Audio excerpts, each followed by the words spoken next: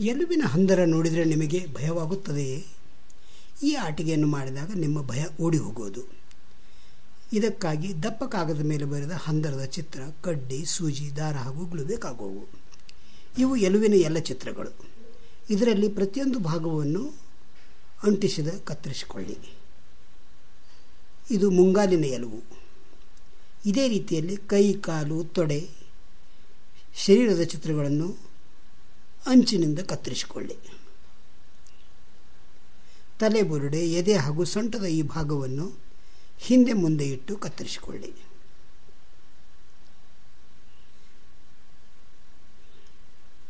ಕೈ ಕಾಲುಗಳ ಚಿತ್ರಗಳನ್ನು ಕೂಡ ಮಧ್ಯದಲ್ಲಿ ಮಡಚಿ ಇಟ್ಟುಕೊಳ್ಳಿ.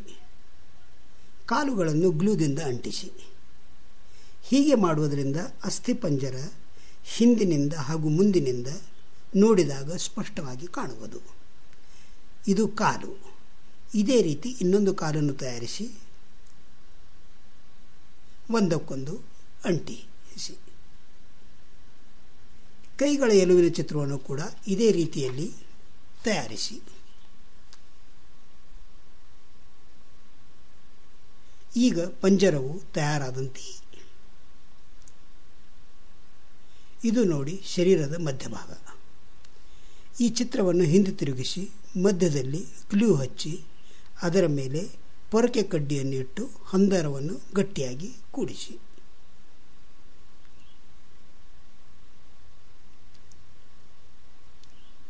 ಮೇಲಿನಿಂದ ಮಡಿಚಿ ಗ್ಲೂದ ಮೇಲೆ ಗಟ್ಟಿಯಾಗಿ ಅಂಟಿಸಿ.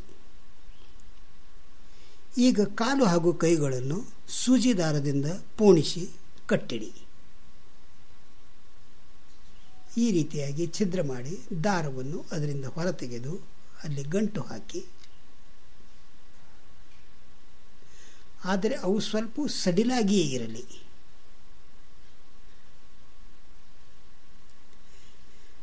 ಹಾಗೂ ಅವು ಚಲಿಸುತ್ತಿರಲಿ.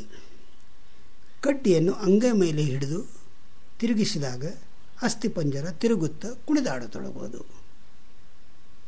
ಈ ಹಂದರದ ಕುಣಿತ ನಿಮ್ಮ ಅಂಜಿಕೆಯನ್ನು ದೂರದಲ್ಲಿ ಓಡಿಸುವುದು.